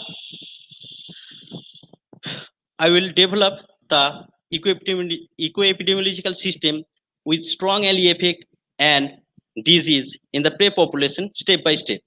First, I consider a purely ecological model, that is predator-prey model. DNDT is equal to Rn minus B into n square minus alpha 0 NP divided by D plus N. And DPDT is equal to gamma 0 NP divided by D plus N minus MP. Here R is intrinsic growth rate of prey population. Here N indicates the prey population, total prey population. B is crowding effect or intraspecific competition. Alpha 0 is the consumption rate and gamma 0 is the growth rate due to consumption of the prey. Now, if the disease invade in the prey population, then this N population divides into two groups, S and I, susceptible and infected. Then the equation is modified as DSDT is equal to RS minus B A square minus CSI minus beta SI divided by A plus S and so on. Here two terms are new. Here CSI, C is interspecies competition between susceptible and infected, and the beta SI by A plus S is the force of infection, where beta is the disease transmission rate and A is the saturation constant. In this model, that is in equation 2, we consider that predator population can predate both susceptible and infected prey, and the conversion or growth due to consumption of susceptible prey is gamma 0 and growth due to consumption of infected prey is gamma. Later on, we modify this model also by assuming that predator population only focus on the infected prey. Background of this assumption is Lafferty and Morris experimentally showed that the predation rate on infected fish is 31 times higher than the predation rate on susceptible prey. That is why we neglect the predation of susceptible prey, and we consider that predator population only predate infected population, and due to consumption of infected prey, it contributes positive growth in the predator population. And then the reduced or modified model becomes this. The system of equation is given by equation 3. Then we incorporate strong alley effect in the prey population. Here, strong alley effect is considered by multiplying the growth term of the susceptible prey. Here, the strong alley effect form is taken from the Bockel and Bedek in 2002, which was published in Journal of Theoretical Biology. Here in red color, we indicate the alley function. This is 1 minus theta plus f divided by s plus f. Here, f is considered to avoid the singularity. This s can be 0 for trivial equilibrium. To avoid this singularity, we choose this type of function. Here, theta is alley parameter, f is auxiliary parameter. Now, we perform some basic mathematical analysis like equilibrium analysis, local stability analysis, and Hopf bifurcation analysis. In equilibrium analysis, we observe that the system can have 4 types of equilibrium points: trivial equilibrium point, axial equilibrium point, planar equilibrium point, and the interior equilibrium point. Trivial equilibrium point is E0, all 0 component are 0, which always exist, and axial equilibrium are E1, that is RB 0 0, sorry, R divided by B 0 0, and E2 is theta 0 0. And planar equilibrium when top predator or the predator is extinct from the system, that is E3. Here S3, I3 and 0, where S3, I3 expression are given here. And the equilibrium point E3 exists if the minimum of these two expression is greater than beta and beta greater than mu plus AB mu divided by R. The system has interior equilibrium E star where component are A star, I star, P star.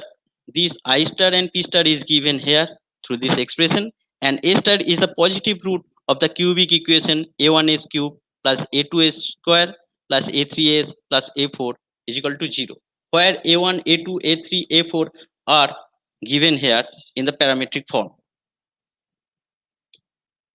Now to perform the local stability, we linearize the system. For this, we calculate the Jacobian matrix of the system around any arbitrary equilibrium point SIP, and then we compute this Jacobian matrix at each equilibrium point and calculate the eigenvalue and check their positivity or negativity and conclude the stability. In theorem 1, we conclude about the stability of boundary equilibria, that is trivial equilibrium, axial equilibrium, and planar equilibrium. Here we see that E0, that is trivial equilibrium, is always stable, whereas the E1 is locally asymptotically stable if B theta less than R and beta less than mu into AB plus R whole divided by R. Then the equilibrium point E2 is locally asymptotically stable if B theta less than mu into A plus theta and B theta, sorry, here beta theta less than mu into A plus theta and B theta less than R. The equilibrium point E3, that is planar equilibrium, is locally asymptotically stable if these two expression satisfy. Not 2, 3. Now, theorem 2 is showing the local stability of the interior equilibrium, and the first set of conditions is for the existence of the interior equilibrium, and the latter conditions are for the local stability of the interior equilibrium. This is very complicated once, and we later validate this through numerical simulation and check the results or validate them. And Hopf bifurcation.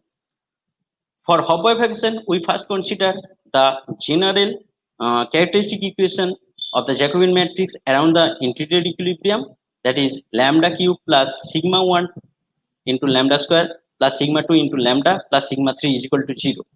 We consider that beta is the bifurcating parameter, then all the parameter or coefficients are considered as the function of beta and other parameters are kept constant.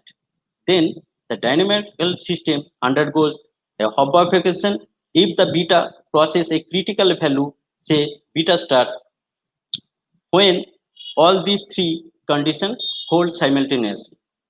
Their first condition, the set of condition, is for existence of interior equilibrium, and the second condition is sigma 1, sigma 2 minus sigma 3 is equal to 0 at beta star point, beta is equal to beta star, is for occurring pair of purely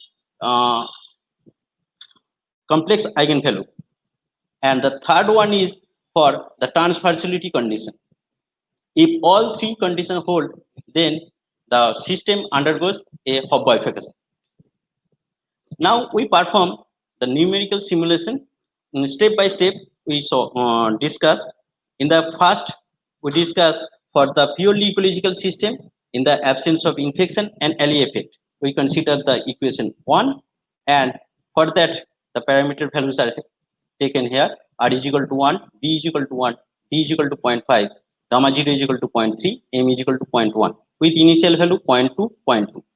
And we draw or simulate the system and observe that for gamma 0 is equal to 0.55, system shows stable focus. However, if we increase the consumption rate alpha 0, then the system becomes unstable and shows limit cycle oscillation. Now we consider the complete model, however, in the absence of alley effect. For that, we manually choose theta is equal to 0 and f is equal to 0, then it becomes ecoepidemic system without LE effect. And we perform numerical simulation considering this set of parameter values, and we observe that for beta is equal to 0.56, the system is stable focus. Here, first three figures are for time series simulation of S, I, and P component, and whereas the fourth one is the phase diagram. Now, if we gradually increase the value of disease transmission rate, that is beta, then the system becomes unstable and shows limit cycle oscillation. And at beta is equal to 0.65, the system shows limit cycle oscillation. If we increase further, then the system switches its dynamics from limit cycle oscillation to higher periodic oscillation. Here, in time series data, we can check in the solution has two peak. That is why it is two periodic oscillation, and the beta values is 0.78. If we increase further the value of disease transmission rate, then we saw the system shows chaotic oscillation. Here all the peak are not equal, even they are irregular, and this is the phase diagram. Further, to confirm this chaotic oscillation, we draw the point care section map. Here, we draw the point care section map in IP plane, that is keeping S is equal to 0.75 fixed, and for beta is equal to 1.4. We observe that in this section, the system intersect the system in infinitely point, and this scattered distribution confirms the occurrence of chaos. Then we draw the bifurcation diagram of the system with respect to beta parameter, and we observe that system switches its stability or switches its dynamics from stable. Here, for very small region, it is stable, from stable to limit cycle oscillation, then limit cycle oscillation to higher periodic oscillation, and higher periodic oscillation to chaos through period doubling bifurcation.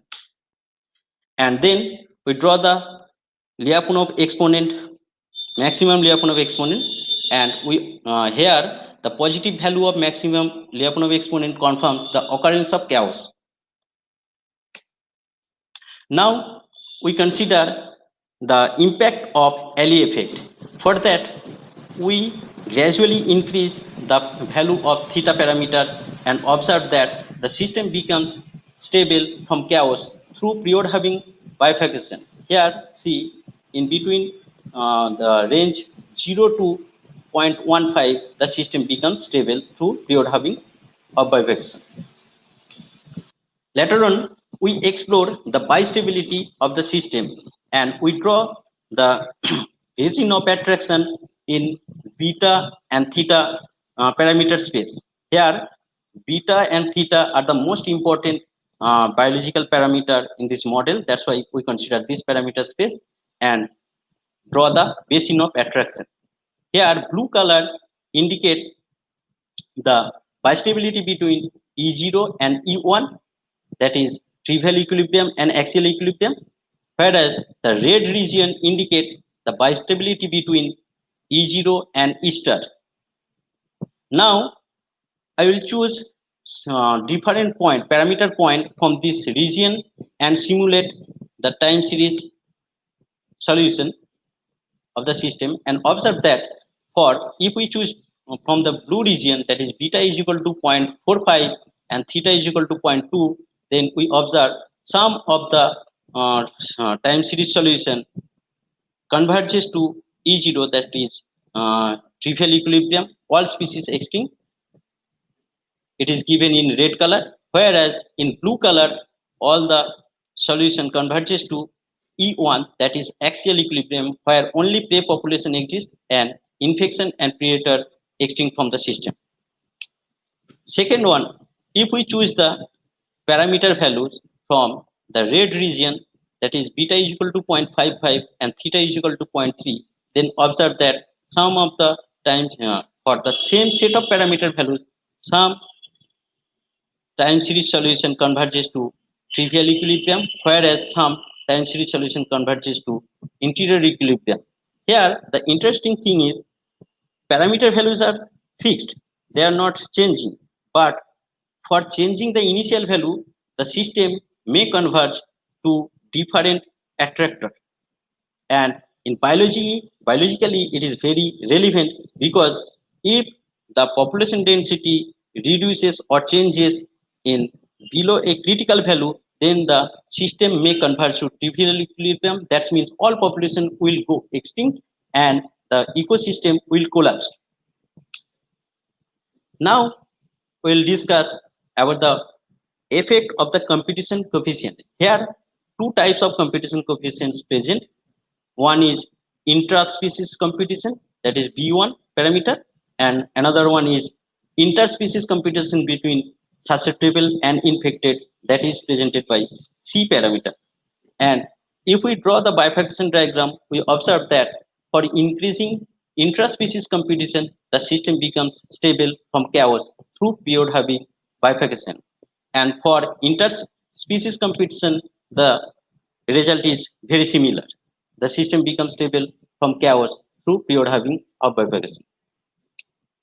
Now we draw the stability region in B and C parameter space, interspecies and interspecies competition space. Here, this deep blue color is indicated for chaotic region, and the sky color is for period doubling oscillation, and yellow color is for limit cycle oscillation, and this magenta or gray color indicates the stable region. We also draw the same figure in the presence of alley effect and observe that for theta is equal to 0.3, this stability region increases. Now, I will discuss briefly the conclusion. Here we observe that disease in prey population divides the prey into two groups, susceptible prey and infected prey. That's why the a two-dimensional predator-prey system converts into three-dimensional susceptible, infected, and predator three-dimensional system and increases the chance of occurrence of chaos. In earlier, in purely ecological system with two dimension, chaos cannot occur in the absence of delay or structure or noise. In simple continuous model, we cannot observe chaos in two-dimensional continuous model. However, due to disease, it converts into three-dimensional model, and we observe that chaos can occur due to increase in beta parameter. And we observe that for gradual increase of disease transmission rate, the system becomes chaotic from stable focus through pure doubling bifurcation. Later on, when we incorporate alley effect, strong alley effect in prey population, we observe that number of equilibrium increases and the trivial equilibrium becomes always stable, that is E00. Then it produces or enhances the bistability in the system, and it produces two types of bistability. One type of is between E0 and E1, and second one is between E0 and E star. And we observe that interspecies competition and interspecies competition both can stabilize the ecosystem. These are the conditions.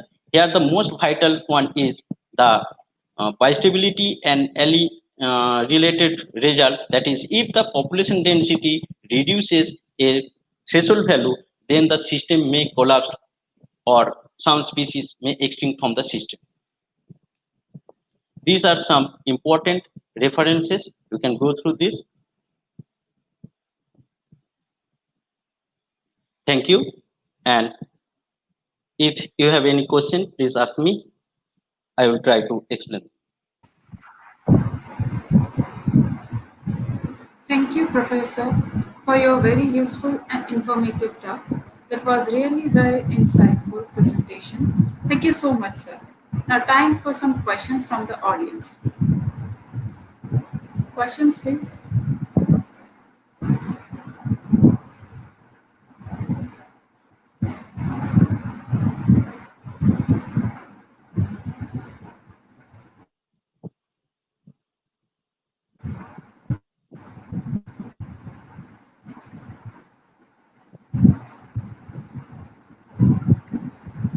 Doctor, can we have bistability? How will Yes. you interpret bistability in disease? Yes, we can get bistability in a disease model. Bistability, Bistability is as good as like recurrence of the disease? yes, in communicable disease or purely epidemic model, bistability occurs in the form of backward bifurcation. When in particular case, in classical epidemiological model, we know that if R0 less than 1, then the disease will dies out, and if R0 greater than 1, then disease will persist. However, in case or in particular type of force of infection, the for R0 even less than 1, the disease can persist.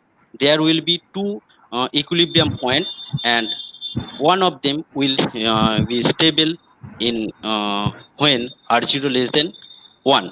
That's why there will occur a bistability between infection free equilibrium and the small interior equilibrium, that is endemic equilibrium, that may Okay, occur in epidemic model. okay, okay. Thank you. There are some more questions. Okay. So the next is, yes. What is exponent? What is Sorry, I am not getting. Can you repeat this? yes. What is yes? What is Lipno exponent and what is bistability? What is Lyapunov exponent and what is bistability? Lyapunov exponent is the component, Yes. or it is a term we compute from the time series analysis. We compute the divergence of the result, and if this divergence become positive, then we can conclude that this cannot converge to a particular oscillation or in any attractor, but it may be interior equilibrium. It will fluctuating all time. That's why the divergence is if we calculate, this will be always positive, and at that time we conclude that it is aperiodic or chaotic oscillation. That's why this is a dynamical system method of computing Lyapunov exponent for confirming chaos. And for bistability is uh, different thing.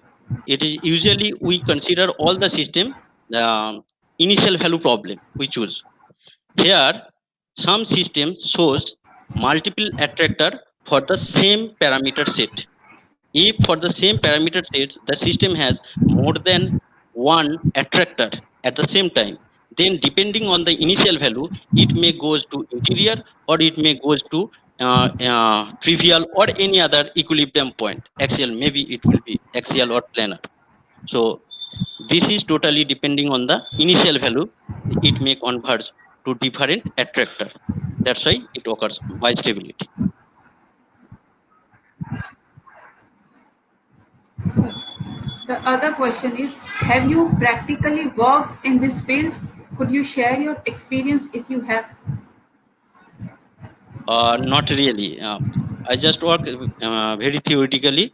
I read out some already published paper, and I assume, or from biological experimental work, I choose some assumptions and model a very new model, or maybe from old model I modified them and perform mathematical and numerical analysis and work on that. I have no practical experience on this topic.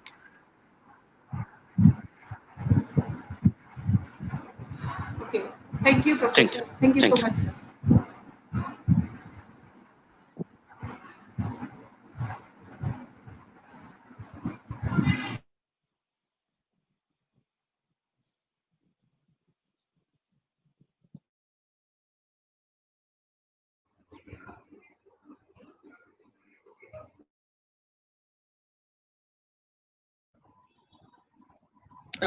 Nisha, Professor Bunia is not there, but we got his video recorded, and Sagar sir is taking care of. So wait for some Yes, time. ma'am.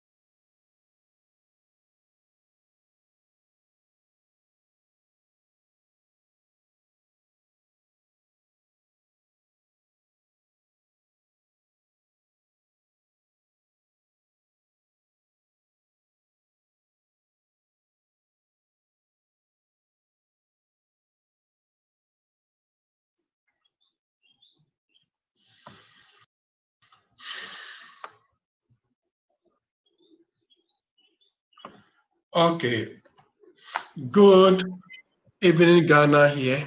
It is 6 p.m. in Ghana. I know it's around 11 p.m. in India time. I am Ebenezer Bunya. My talk is on the challenges of epidemiological model in the context of fractional derivative. Here, I just want to talk about the fractional calculus as a body of knowledge. Yeah. So this is the outline of the presentation. Introduction, fractional derivatives, applications, challenges in models, and conclusion. So, way of introduction, a discussion between Levinas and Hopital. The idea of fractional calculus was given birth.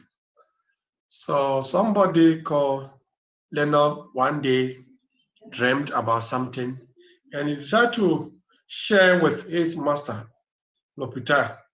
That was the idea, that gave birth to fractional calculus. In fact, when a question was asked by L'Hopital to Leonard in 1675, after 15 years later, then the concept of fractional derivative began to be developed by this discussion.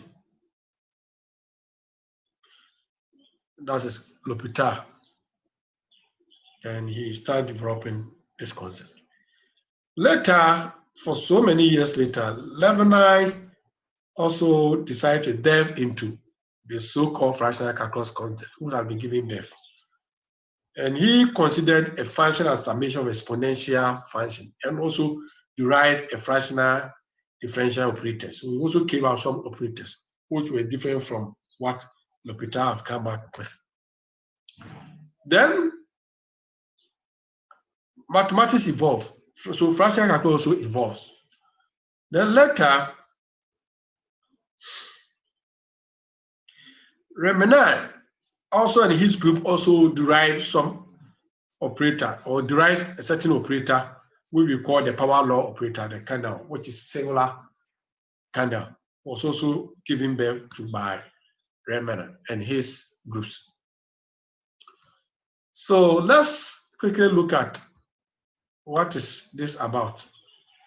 So the Remenai operator, we say that it's a singular kernel failed to collect the memory impact of the dynamic of some program.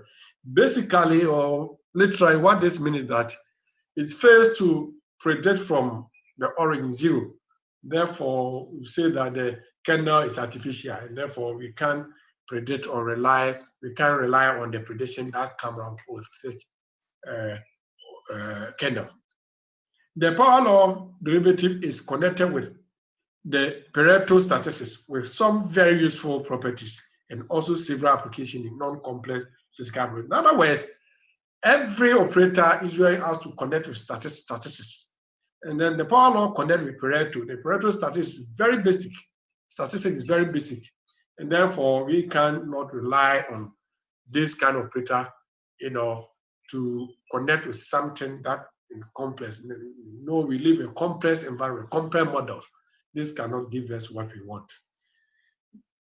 The commutative of the Riemann-Levi fraction derivative also help us understand this derivative does not have the force needed to pass from one scale to one. In other words, if an operator is very effective, you should be able to pass from one operator onto another operator, in other words, combine or move from one operator to another operator, so as to get better prediction. And therefore, this commutative property associated with Riemann-Levi fractional derivative is not able to do that, saying that these are some of the shortcomings associated with the Riemann operator, which is a singular kernel. So Riemann-Levi probability distribution is only non-Gaussian, having no statistical power to describe random. Now, there's no random effect. Therefore, it's difficult to put in perspective in proper statistics. Riemann-Levi is only deterministic, just deterministic model, like solving the differential equation, those things, just deterministic.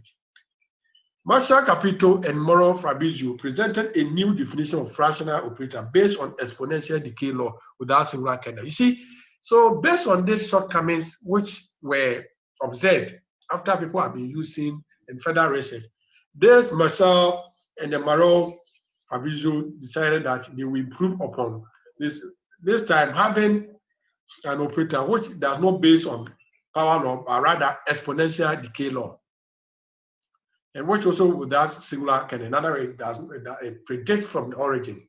Therefore, there's no artificial kernel associated with this kind of operator. So definition is based on the convolution of the first order derivative and the exponential function, which is good. The Fabrizio Capito kernel was connected to the Poisson statistic, which is widely applied in several fields times. You look at statistics, Poisson is counting objects in substantial time, counting the number of cars passing per hour, passing per 30 minutes. So Poisson distribution is a widely used, it has a lot of application in real life situation. And therefore, having operator which connect with such statistics became very important in the scientific community. Many real life problems have been connected to follow exponential decay. In real life objects like human being, you follow exponential decay. You grow at a certain point, you decide to decay. So many objects in natural setting have that kind of behavior. And therefore, having operator that seems to connect with such real life situation became very important in dealing with epidemiological models, chaotic models, and many others. Atangana-Belano derivative is a generalized Mittler-Looper function, a combination of power law and exponential decay law. So this young guy Atangana, who is a true son of Africa from Cameroon, the proud mathematician this generation has ever generated in Africa, Professor Atangana, he and Beleno decided that they will combine these two operators and then see what will come up. Thank to Almighty God, and thank to the thinking that went through, they were able to come out with an operator which is very robust, very reliable, very efficient. They say that this operator is connected to the literal Lola statistic recognized to be above Pareto and Poisson statistics due to the wider applicability and properties of this kernel. So this operator, it has statistical perspective, statistic property which is above Pareto, also Poisson. So combining these two statistic perspective will give us better results, better applicability, better usability in terms of real use in scientific community. Atangana-Beleno fractional derivative is at the same time deterministic and stochastic. In other words, we can use it to deal with deterministic model. We can also use to do stochastic model, because sometimes when you have a a model you can convert into probability distribution, and then you analyze through the power of Atangana-Beleno operator. The operator derivative mean square displacement is crossover from usual division to subdivision. This is also a unique characteristic as far as that of the capital Fabrizio and the capital operators. The operator is non-singular and possesses non-local. In other words, when you say local, local means it predicts from the current situation. Say non-local, it could predict taking recognized from previous situation or data, present situation, and then use it to predict future. Non-singular because it also predicts taking into considering the origin zero. This operator has become one of the most useful operators in the history of the quantum fractional calculus. Nowadays, imagery processing, chaotic model, and countless epidemiological models, every scientific problem can be viewed in the context of Atangana-Beleno operator. And I must emphasize, I'm very proud. I also come from content where this young man also came from. So what I did was that I just pick a typical Zika model, then incorporate capital operator. Then I try numerically. So the second, this one, the capital lifeline or the lifeline capital operator was put on the Zika model. Same model, I move on to put a capital Fabrizio operator. Then finally, I put a Atangana-Beleno operator. So now let's look at the numerical simulations. So here I try to simulate the capital operator derivative first. And these are the results that I obtained. The susceptible, the exposed, the infected, the recovered. This is susceptible vector. This is exposed vector. This is infected vector. So you could see the various graphs, the figures presented in each graph depicts the value of the fractional order. So when I change the fraction, for example, this one, let me show you, I'm interested in the infective compartment. For this one, you see when alpha is 1, this is what we have. When alpha is 0.8, this is what we have. When alpha is 0.9, this is what we have. When alpha is 0.8, this is what we have. When alpha is 0.7. Well, what does it tell you? It tells you that as you decrease alpha, the infection goes up. Now let's look at the recovery compartment. This one is the inverse. As you also decrease alpha, then the normal recovery also coming down. So basically, the order of the fractional derivative has direct effects on the dynamics of the particular epidemiological model. That one is established fast, and it cuts across all of the operators that one want to use. So this is also what we have. So you could see there are some variations. So here you can judge for yourself as I move on with the presentation, which operator you see is giving better. This one, very asymptotic to the time. So very good, efficient. I'm talking about the susceptible vector. This is a capital here. Let's share with you the Fabrizio capital for human being, the exposed human being. You can see, just observing where. So now you can tell based on what I've just informed you. Look at infected, which is different from the one you saw. There's slight difference. So there's a slight difference if you observe what you saw earlier. Then this one is susceptible vector. This is also exposed vector. And so all these have been plotted in varying the same order, fractional order. The same step size were given in each of the operators. So finally, you want to look at the Atangana-Beleno operator. You see that this is a bit different from what you saw in the previous two numerical simulation for the Capito and Atangana. This one too, no, let me come here. This one too is exposed. It's also a bit different from what you saw in terms of the shape, how that dynamic. So this preliminary analysis shows you the efficiency of this operator. So you could see this is infected human. This is recovered human. It's a little bit different from what you saw.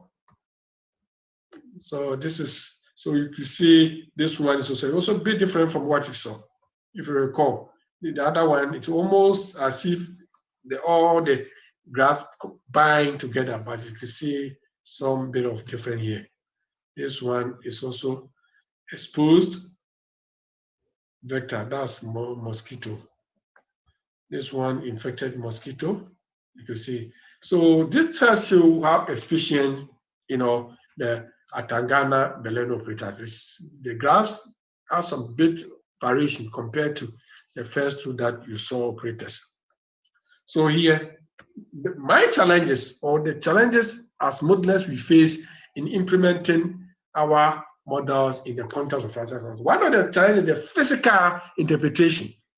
This is where it becomes challenging. How do I interpret the fractional order? If the order is 5, 0.5, if the order is 0.6, what is the physical reinterpretation?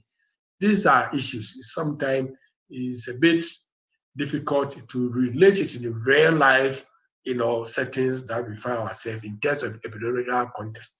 Parameter determination. You pick a paper, then you see that parameters have been properly estimated use. When you plug in the same parameter in your fractional perspective, you get sometimes graph with some negative figures. And this is one of the major challenges I want to share with you. And it's not easy. It takes sometimes a lot of days to work around the models to get a desirable kind of numerical simulation, which may veer totally from those parameters that have been estimated and used in some of these world-class journals. Three-dimensional analysis, it is also very, very tedious to analyze your model in 3D in the context of fractional calculus. This major challenge that I want to share with you. Similar numerical results some of the time. Sometimes if you use Capito, you don't see any difference. If you use, let's say, Fabrizio Capito, same. If you use maybe Atangana, same. Even if you use a combined operator like Fata fractional or maybe conformable operator, you end up getting the same. So in this context, the theory are saying that this is good based on these properties A and B. Why is it that if I use the one that research or experimental have been shown not to be efficient, getting the same results? So sometimes you don't know whether it depends on the model or depends on the parameter. So this tells you that if you have a very simple model, irrespective of the operator you use, you are likely to have almost similar, results. And the difference may come up when you delve into complex model. It may require further numerical analysis as comparing these operators on a single graph. Sometimes, in order to be ensured, you need to plot all these operators in a single graph so that numerically we can now observe that this is better than this. And how do we do this coding? Coding is also challenging. There are a lot of people in this enterprise, this business. They don't want to share their codes. You write to them, can I have your codes that you use for paper A? He will not reply you. And it becoming challenging in this work that we do. This is what I want to share. In conclusion, you say that the commutativity of the Riemann fractional derivative help us to understand that this derivative does not have the force needed to pass from one scale to one. Now, so in mind, I know that Riemann operator has commutative property. So if I'm dealing with a complex model, I will never go for that because it doesn't have the force to move from one operator to one another. The capital of Fabrizio operator is non-singular but has a local kernel. Even though it's non-singular, in other words, it starts from the origin zero, but it's local. It doesn't take into consideration the previous, then the the present and the future. That Tangana does too. It has non-singular at the same time, also non-local, and therefore it cannot even be part of the so-called semi-group or the index law and what have you. And this makes this operator very unique. And we see thousands of models nowadays prefer their analysis to be connected with a Tangana Peleno operator. Thank you. So these are some of the references for my slides. Thank you for listening to me. God bless you. We thank Dr. Bunia for sharing amazing video on video recording on the challenges in epidemiological models in the context of fractional derivatives. As he is not here, we can mail query to him. With this, we come to the end of this conference. I am sure all of you have enjoyed today's talk and learned many new things, which may be useful in your future research. I thank all the speakers for spending their time in making insightful presentations, and also thank all the audience for the active Time participation. instruction for all. Certificates will be provided to only those who will fill the feedback form. The link of the feedback form will be provided through email only to the registered participants. So have patience. Thank you once again to all dignitaries, guests, and delegates for being the part of this conference. Thank you.